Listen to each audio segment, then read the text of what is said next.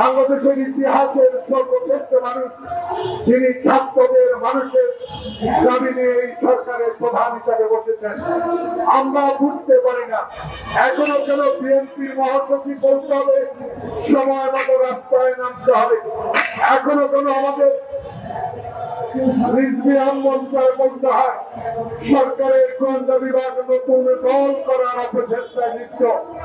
এখনো কেন আমাকে এখানে দাঁড়িয়ে বলতে হবে স্বৈরাচারের দোষরেরা এখনো কেন সচিবালয়, কেন এখনো আগুন,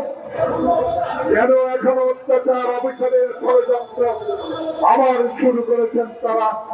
পূর্বের সরকারকে ক্ষমতা আনার জন্য কিনা, এই বিষয়টি জনগণ এখন চিন্তা করে বসে আছে।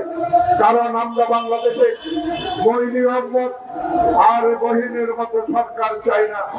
আমরা এমন সরকারে আপনাকে বসিয়েছি আমাদের বিশ্বাস শতভাগ, আমাদের সকল আন্দোলনরত রাজনৈতিক দলগুলোর শতভাগে বিশ্বাস আছে, এই বিশ্বাসের